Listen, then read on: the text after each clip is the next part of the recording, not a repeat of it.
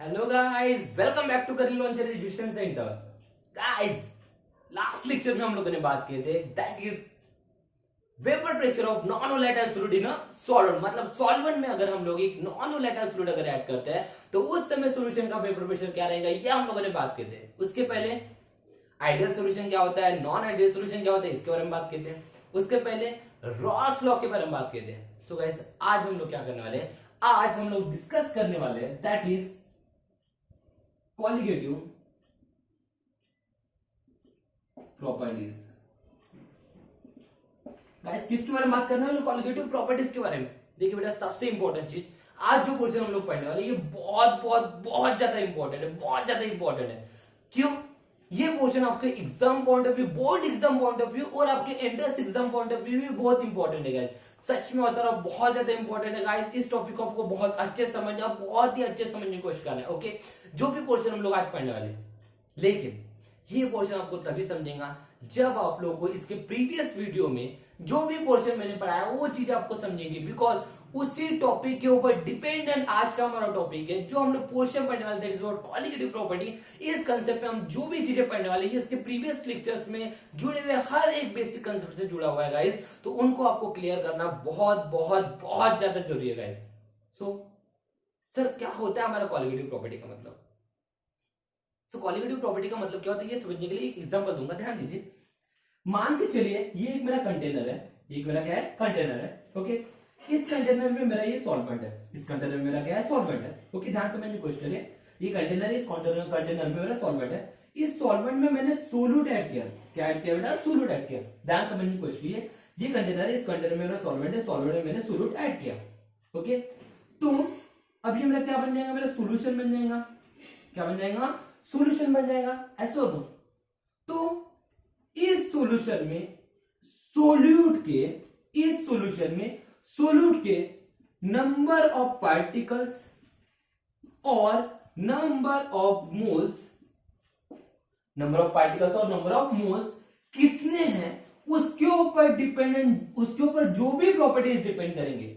Solution में कितने number of particles of solute है या सॉल्यूशन में कितने number of moles of solute है, उनके ऊपर डिपेंडेंट जो भी प्रॉपर्टीज होंगी बेटा, उन प्रॉपर्टीज को हम लोग क्या कहेंगे, कॉलिगेटिव प्रॉपर्टीज कहेंगे। मतलब यह है कि सॉल्यूशन में सोल्यूट कितना है, सॉल्यूशन में सोल्यूट कितना है और उस सोल्यूट के ऊपर कौन सी प्रॉपर्टीज डिपेंड करती है।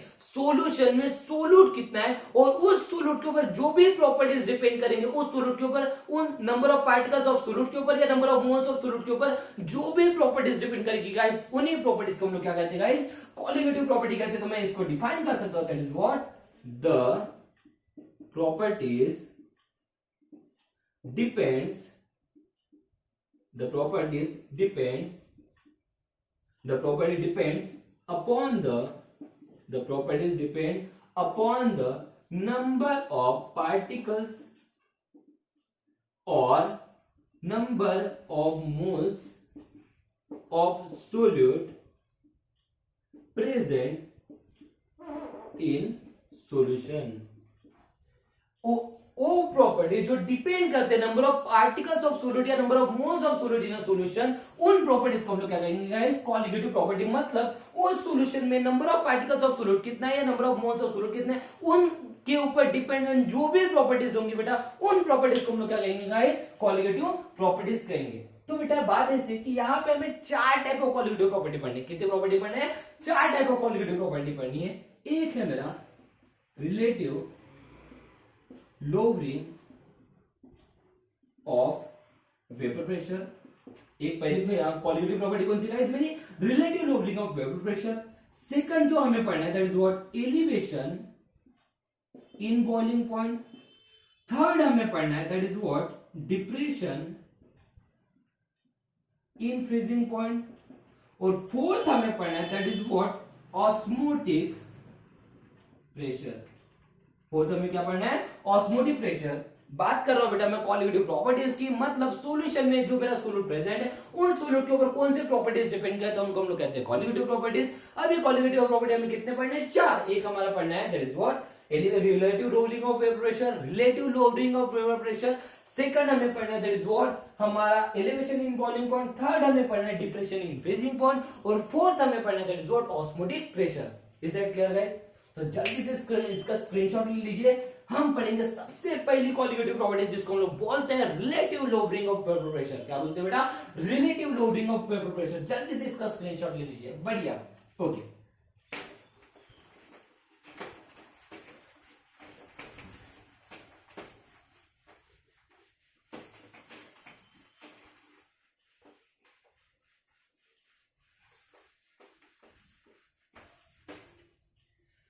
तो देखते हैं गाइस क्या होता है हमारा relative lowering of blood pressure. कैसी है ये प्रॉपर्टी?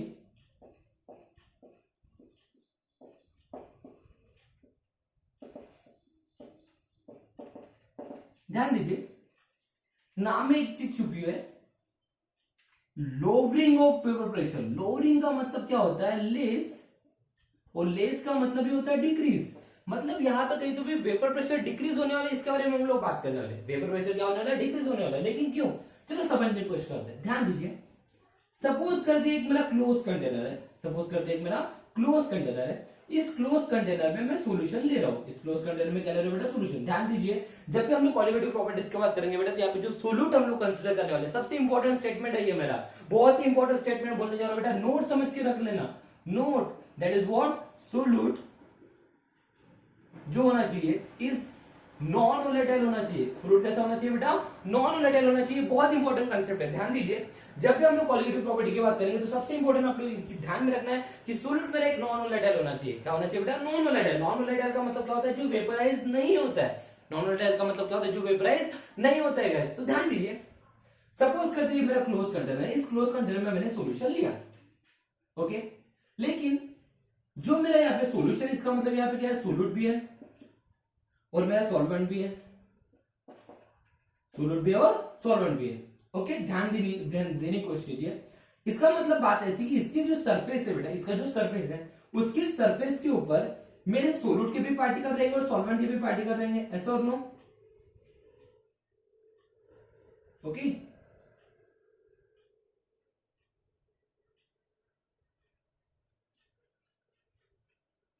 ध्यान से समझने की कोशिश कीजिए। ध्यान दीजिए सब लोग। यहाँ पे क्या कहा गया है मैंने? Okay,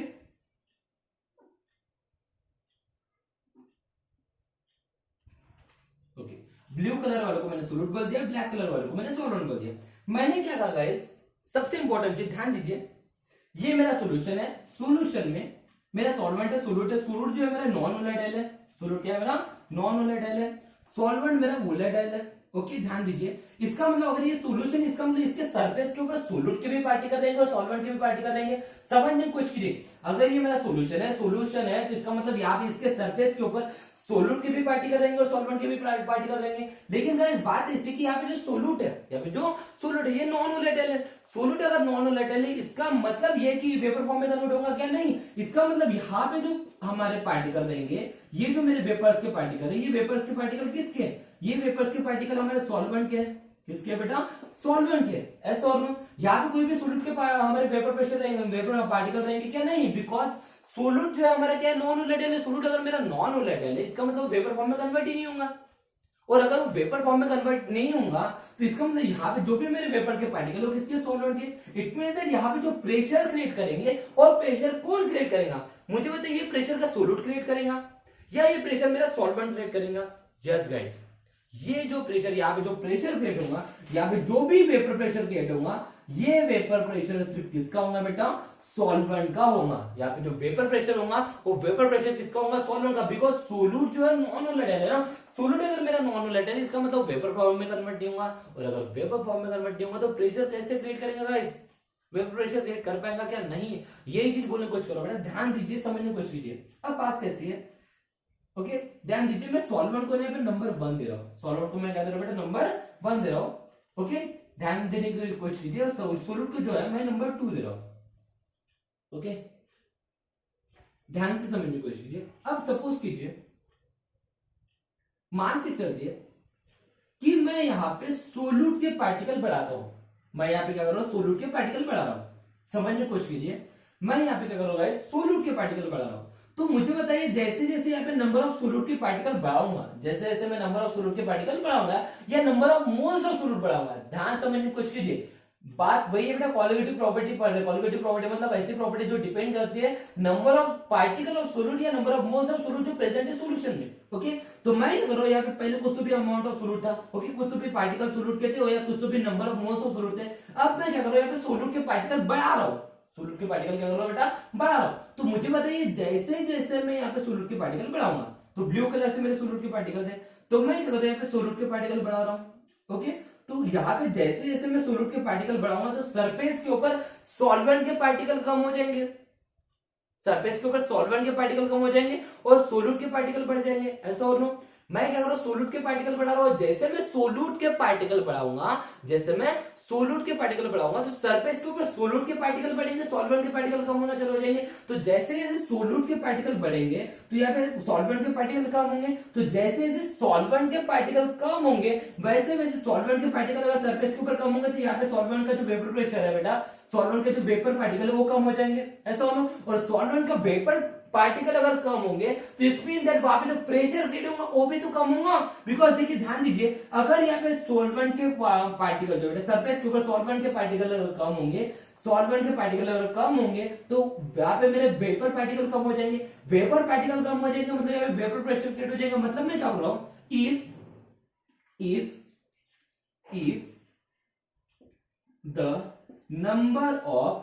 the number of particles or moles of solute increases, if the number of particles or the moles of solute increases, then the vapor pressure decreases।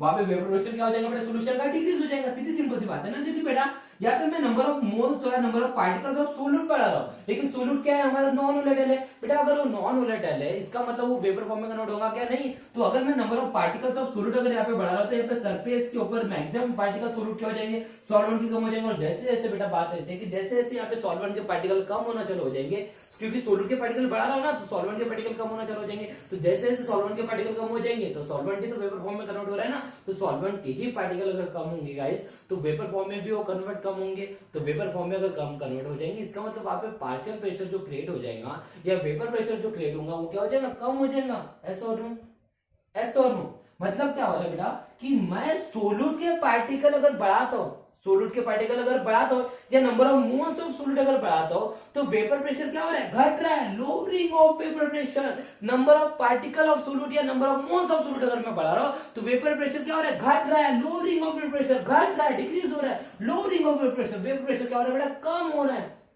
ऐसा हो रहा है। तो चलो एक काम करते हैं, इसको डेरिवेशन समझने की कोशिश करते हैं। ओके, तो गाइस बात ऐसी है, मैंने सॉल्वेंट को लिया कंपोनेंट 1, सोल्यूट कर लिया कंपोनेंट 2, ध्यान से समझने की कोशिश है। ओके, अब मैं जानता हूं यहाँ पे जो भी प्रेशर है बेटा वो प्रेशर किसका है, वो प्रेशर मेरा है सॉल्वेंट का, सोल्यूट का तो है ही नहीं, सोल्यूट तो मेरा नॉन वोलेटाइल है, ऐसा हो। अब सॉल्वेंट को मैंने लिया कंपोनेंट नंबर 1, ऐसा हो।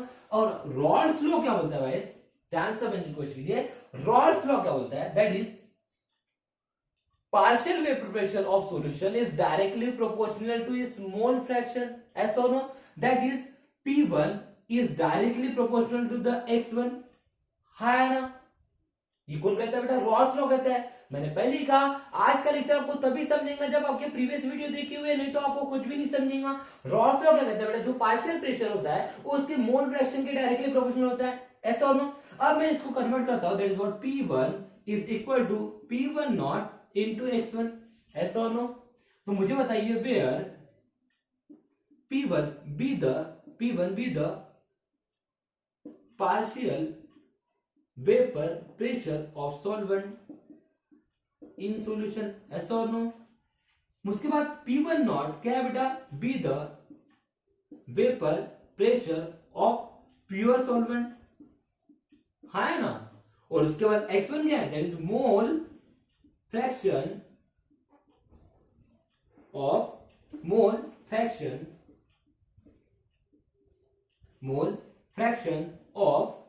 solvent, सही है ना। क्या तो कोई दिक्कत है, तो मैं क्या कर रहा हूं, इसको इक्वेशन नंबर 1 दे रहा हूं। हाँ है ना। अब क्या हो रहा है बेटा, बात ऐसी है कि जैसे जैसे मैं सोल्यूट के पार्टिकल बढ़ा रहा हूं, जैसे जैसे मैं क्या कर रहा हूं, सोल्यूट के पार्टिकल बढ़ा रहा हूं, तो वैसे वैसे क्या हो जाएगा बेटा यहाँ पे मेरा, वैसे वैसे मेरा जो वेपर प्रेशर है वो कम होना चालू हो जाएगा। हाँ है ना। मतलब यहाँ पे कुछ तो भी ओरिजिनली जो मेरा वेपर प्रेशर था और अब जो मेरा वेपर प्रेशर है, इन दोनों के बीच में कुछ ना कुछ डिफरेंस होगा। पहले कुछ तो भी वेपर प्रेशर होगा और अब कुछ तो भी वेपर प्रेशर होगा, ऐसा हो ना। पहले कुछ तो भी वेपर प्रेशर था और अब कुछ तो भी वेपर प्रेशर है, मतलब दोनों के बीच में कुछ ना कुछ डिफरेंस हो जाएगा, ऐसा हो ना। उसी को मैं बोल सकता हूँ चेंज इन वेपर प्रेशर। कम हो रहा है, देखिए क्या हो रहा है बेटा, यहाँ पे वेपर प्रेशर क्या हो रहा है, कम हो रहा है। मतलब पहले कुछ तो भी इनिशियल कुछ तो भी वेपर प्रेशर होगा और अब कुछ तो भी वेपर प्रेशर है, मतलब दोनों के बीच में कुछ ना कुछ क्या रहेगा, डिफरेंस रहेगा। मानते हैं इस चीज को, हाँ है ना। इसका मतलब देखिए जल्दी से इसका स्क्रीनशॉट ले लीजिए, मुझे डेरिवेशन डिराइव करना है तो जगह होना चाहिए। ओके चलिए, अब change in relative lowering of vapour pressure का मतलब ही होता है change in lowering of vapour pressure, मतलब आप वेपर प्रेशर कितने से चेंज हुआ है। ओके तो चलो देखते हैं। चेंज को हम लोग डिनोट करते हैं बेटा डेल्टा से। किससे डिनोट करते हैं बेटा, डेल्टा से। डेल्टा पी का मतलब क्या होता है, relative lowering of vapour pressure.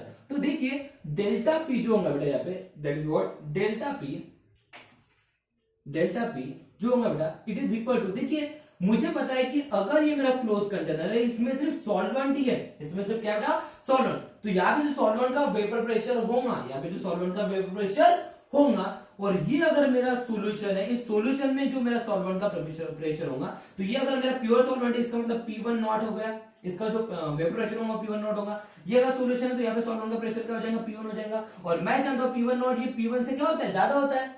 Pure जो वेपर प्रेशर होता है ये हमारा क्या होता है बेटा, सॉल्यूशन में जो वेपर प्रेशर है सॉल्वेंट का उससे कम ज्यादा होता है, ऐसा हो ना।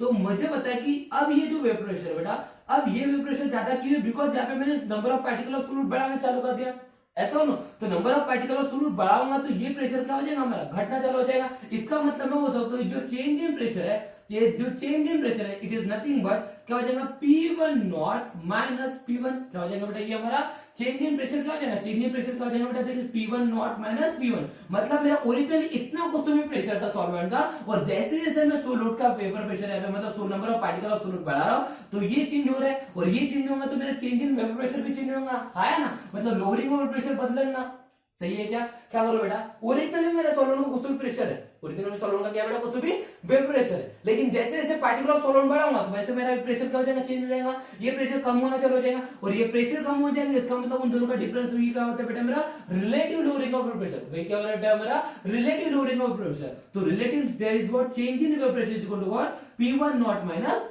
P1। सो गाइस मुझे बताइए क्या मेरे पास यहाँ पे कुछ वैल्यूज है मैं जो यहाँ पे पुट कर सकता हूँ, यस दैट इज व्हाट। देखिए यहाँ पे मैंने P1 की वैल्यू निकाल के रख चुका हूँ, क्या है मेरा P1 की वैल्यू बताइए जल्दी से। P1 is equal to what, okay that is what delta P is equal to P1 nought, तो जैसे कि वैसे ही है, माइनस P1 की वैल्यू क्या है बेटा हमारा, P1 नॉट x1, ऐसा हो ना। ओके इसको मैं इक्वेशन नंबर सेकंड दे देता हूँ, मैं यहाँ पे लिख देता हूँ put equation number first in equation number second. Okay अब मुझे बताइए यहाँ पे भी P1 नॉट है, यहाँ पे P1 नॉट है, क्या इसको मैं कॉमन निकाल सकता हूँ, देयरफॉर क्या हो जाएगा, delta P is equal to P1 nought in bracket 1 minus x1। यहाँ तक कोई दिक्कत है बेटा, तो इसको मैं देता हूँ इक्वेशन नंबर थर्ड। ओके अब मुझे बताइए कितने लोगों को पता है, वैसे सबको पता होना चाहिए, वी नो दैट लिख देता हूं मैं, वी नो दैट कितने लोगों को पता है हमारा सॉल्यूशन बाइनरी है। बाइनरी सॉल्यूशन कंडीशन क्या होती है, mole fraction of solute solvent plus mole fraction of solute is equal to हमेशा वैल्यू कितनी होती है 1। ये मैं इसके पहले पढ़ा चुका हूं, ये कैसा आता है इसका डेरिवेशन में करा चुका हूं, दैट इज व्हाट x1 की वैल्यू क्या होती है, x1 is equal to n1 upon n1 plus n2, और x2 इज इक्वल टू क्या होता है, x2 is equal to what, that is what n2 upon n1 plus n2। ये मैं पढ़ा चुका हूं मोल फ्रैक्शन में, आप लोगों को प्रीवियस वीडियो में पढ़ा चुका हूं मोल फ्रैक्शन क्या होता है। इसीलिए कहता हूं गाइस आपको मेरे प्रीवियस वीडियो को बहुत अच्छे से देखना है, तब जाके आप लोगों को एक एक चीज समझेंगी, नहीं तो आपको कुछ भी समझने वाला नहीं है। तो गाइस ध्यान दीजिए, मैं जानता हूं x1 प्लस x2 इक्वल क्या होता है 1। अब मैं क्या करूंगा इस x1 को अगर उधर लेके जाता तो क्या हो जाएगा, x2 इक्वल क्या हो जाएगा 1 माइनस x1। तो देखिए 1 माइनस x1 को मैं यहाँ पे x2 पुट कर सकता हूँ, ऐसा मतलब ये क्या बन जाएगा, that is what therefore delta p is equal क्या हो जाएगा P1 नॉट, और 1 माइनस x1 की वैल्यू क्या है x2। Okay so from here we can conclude that, यहां से हम लोग क्या कंक्लूड कर सकते हैं गाइस, जगह लगेंगी, जल्दी से इसका स्क्रीनशॉट ले लीजिए, मैं गन से उधर इरेज करने वाला, जल्दी से ले लीजिए गाइस बिकॉज़ जगह हमें लगने वाली है। ओके चलो जल्दी से लीजिए। ओके अब ध्यान दीजिए,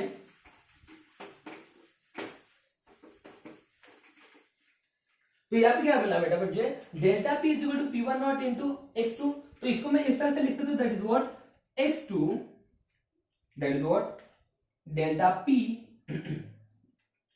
P upon P one nought. Okay, ये पी वन नॉट को मैं इधर लेके आया, तो क्या हो जाएगा, delta P upon P one nought is equal to X to.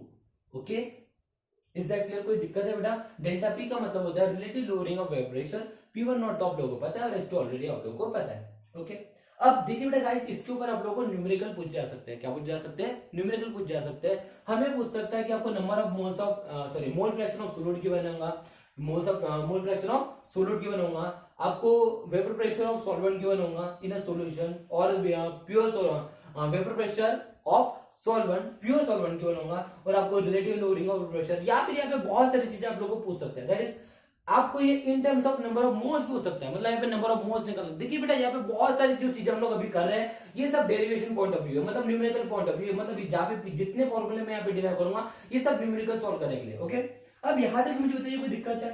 अब मुझे बताइए x2 का मतलब क्या होता है? देखिए x2 का मतलब क्या होता है? देखिए 2 जो रिप्रेजेंट कर रहा है, 2 मेरा सोल्यूट को रिप्रेजेंट कर रहा है, 1 मेरा सॉल्वेंट को रिप्रेजेंट कर रहा है, भूलिएगा मत। ओके, दैट्स देखिए, तो देखिए बात ऐसी बेटा, मैं जानता हूं ये जो x2 है, क्या बेटा x2 है, x2 की वैल्यू क्या है, n2 upon n1 plus n2। ऐसा हो मैं यहाँ पे लिख सकता हूँ ना, that is what delta p upon p1 nought is equal to x2 का फॉर्मूला क्या है बेटा, n2 upon n1 plus n2। Okay, 2 किसको रिप्रेजेंट कर रहा है, सोल्यूट को, और 1 किसको रिप्रेजेंट कर रहा है, सॉल्वेंट को। भूलिएगा मत। ओके, अगर गलती से भूल दिए ना, यही चीजें हम लोग गड़बड़ कर देंगे। ओके, 1 रिप्रेजेंट कर रहा है सॉल्वेंट को, 2 रिप्रेजेंट कर रहा है सोल्यूट को। अब ध्यान दीजिए, सबसे इंपॉर्टेंट चीज ये जो है मेरे, देखिए n1 क्या है, number of particles, number of moles of solvent. n1 क्या है बेटा, number of moles of solvent, और n2 क्या है, number of moles of solute. अब मैं जानता हूं और आप सब लोग जानते हैं कि जो मेरा सॉल्यूशन है, सॉल्यूशन में जो मेरा सॉल्यूशन है, सॉल्यूशन में सोल्यूट के जो नंबर ऑफ मोल्स है एज कंपेयर टू सॉल्वेंट बहुत कम होते हैं। हाँ है ना, मतलब मान के चल सकते हैं, अगर ये मेरा सॉल्यूशन है, सॉल्यूशन में जो भी मेरे सॉल्वेंट के नंबर ऑफ मोल्स है और सोल्यूट के जो नंबर ऑफ मोल्स है, तो सोल्यूट के number of moles as compare to solvent बहुत ही कम होते हैं। इसका मतलब अगर मैं इन दोनों की अगर एडिशन करता हूं, तो मैं जैसे मान के सपोज करते ये कंसिडरेशन कर ले, मान के चले एक जन के पास है 1 करोड़ और एक के पास है 1 रुपया, एक के पास है 1 रुपया। अगर मैं 1 करोड़ में ये 1 रुपया ऐड कर देता हूं, 1 करोड़ में 1 रुपया मैं ऐड कर देता हूं, वैल्यू आपकी कितनी होगी, 1 करोड़ 1 रुपया, ऐसा नो। लेकिन आपके पास अगर ये 1 करोड़ 1 रुपया है, तो क्या आप लोगों को ये बताना चालू करोगे कि आपके पास 1 करोड़ 1 रुपया है, या आप यही बताओगे कि मेरे पास सिर्फ 1 करोड़ रुपया है? यस गाइस, यही पे सबसे इंपॉर्टेंट चीज है कि अगर मेरे पास 1 करोड़ 1 रुपया भी है, तो भी मैं लोगों को सिर्फ यही बोलूंगा कि मेरे पास सिर्फ 1 करोड़ रुपए। इसका मतलब उस समय ये जो आपकी वैल्यू है बेटा, ये आपकी निग्लिजिबल वैल्यू हो जाती है, ऐसा नो। n2 मतलब ये number of moles of solute है, ऐसा नो। तो मैं यहाँ पे बोल सकता हूँ here n2 is negligible. n2 क्या है बेटा, हमारा निग्लिजिबल है, बराबर है ना। तो देयरफॉर मैं इसको बोल सकता हूँ delta p upon p1 nought is equal to n2 upon, okay यहाँ पे देखो n1 में अगर n2 ऐड करूंगा तो n2 निग्लिजिबल, इसका मतलब मैं यहाँ पे डायरेक्टली लिख सकता हूँ n1। कोई दिक्कत है गाइस, याद रखें, जल्दी बताइए। अब डेल्टा p क्या है बेटा, मेरा डेल्टा p यहाँ पे हम लोग थोड़ी देर पहले निकाल के रखे थे। यस, डेल्टा p क्या है, p1 नॉट माइनस p1, तो इसको मैं लिख सकता हूँ that is what p1 nought minus p1 upon p1 nought is equal to n2 upon n1। This one is also one of the formula to solve the numerical guys।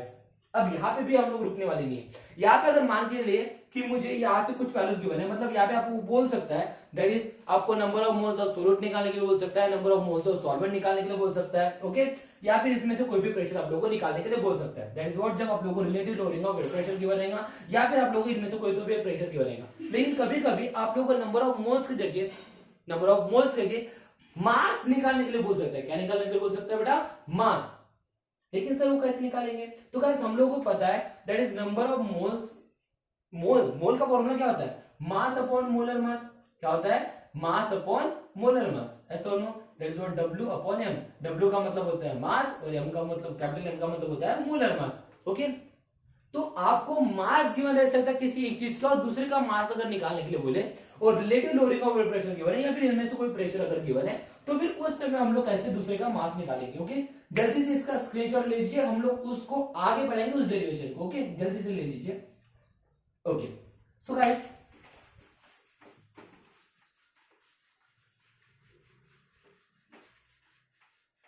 देखिए मैं उसको ऐसा लिख सकता हूं, that is what P1 nought minus P1 upon P1 nought okay is equal to N2। देखिए N का मतलब क्या होता है, मास अपॉन मोलर मास। अब 2 है, 2 मतलब सोल्यूट के लिए, तो मैं इसको लिख सकता हूं W2 अपॉन M2। N2 के लिए हो गया, ऐसा हो नो। और N1 के लिए क्या हो जाएगा, that is what W1 upon M1। हाँ है ना। अब आप लोगों को सबको पता है A by B upon C by D rule होगा, जिसको हम लोग लिख सकते हैं A by B into D by C, लिख सकते हैं ना। इसको मैं क्या लिख सकता हूँ बेटा, P1 nought minus P1 upon P1 not, ये थोड़ी क्या हो जाएगा W2, ये इसके साथ मल्टीप्लिकेशन में जाएगा, ये इसके साथ जाएगा, तो W2 into M1 upon W1 into M2। Is it clear? And this one is your third formula जो हम लोग यूज कर सकते हैं to solve the numerical. Guys याद कीजिए, बहुत इंपॉर्टेंट टॉपिक है गाइस। आज का जो हमारा टॉपिक है न्यूमेरिकल पॉइंट ऑफ व्यू बहुत ज्यादा इंपॉर्टेंट है, डेरिवेशन पॉइंट ऑफ व्यू बहुत इंपॉर्टेंट है। आपको इसका डेरिवेशन भी समझना है और इसको आपको याद भी रखना है। जब हम लोग न्यूमेरिकल सॉल्व करेंगे तो इन सभी फॉर्मूलेस का हम लोग यूज करने वाले हैं। सो गाइस आज के लिए इतना सफिशिएंट है। Thank you so much. Next video में हम लोग बात करेंगे नेक्स्ट कॉलिगेटिव प्रॉपर्टी की।